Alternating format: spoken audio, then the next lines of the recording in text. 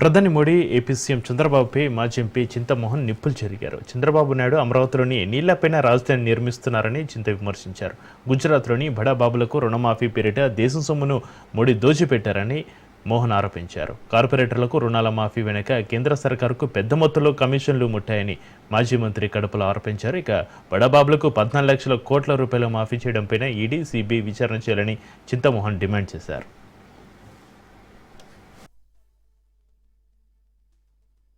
భారతదేశంలో జాతీయ బ్యాంకులు ఉన్నాయి. గత 11 సంవత్సరాల్లో బీజేపీ ఎన్డీఏ ప్రభుత్వంలో 14.5 లక్షల కోట్ల రూపాయలు, అన్ని 100 కోట్లు పైబడినటువంటి పెట్టుబడిదారులు తీసుకున్నటువంటి డబ్బు ఎన్పిఎల్ అయ్యాయి. ఈ ఎన్పిఎల్ 14.5 లక్షల కోట్ల ఎన్పిఎల్ను రుణమాఫీ చేసింది భారతీయ జనతా పార్టీ.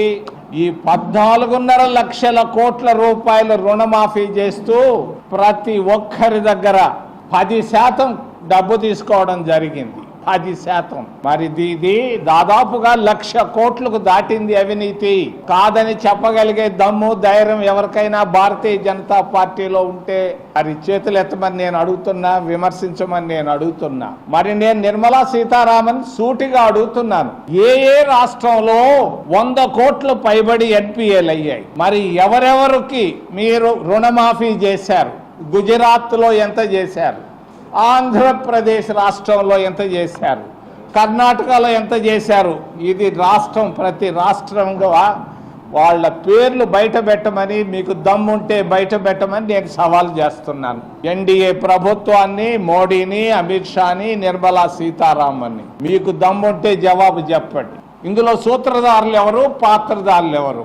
ఏ రాష్ట్రంలో ఎంత మాఫీ చేశారు? గుజరాత్ రాష్ట్రంలో ఎక్కువ మాఫీలు చేయడం జరిగింది. రుణమాఫీలు 10% తీసుకున్నారు. దీనిపైన విచారణ జరిపించాలి. దీనిపైన సిబిఐ ఎంక్వైరీ జరిపించాలి. దీనిపైన ఈడీ ఎంక్వైరీ చేయాలి. కానీ చిన్న పిచ్చి వాళ్ళు దానిపైన కాదు, ఈడీ ఎంక్వైరీలు.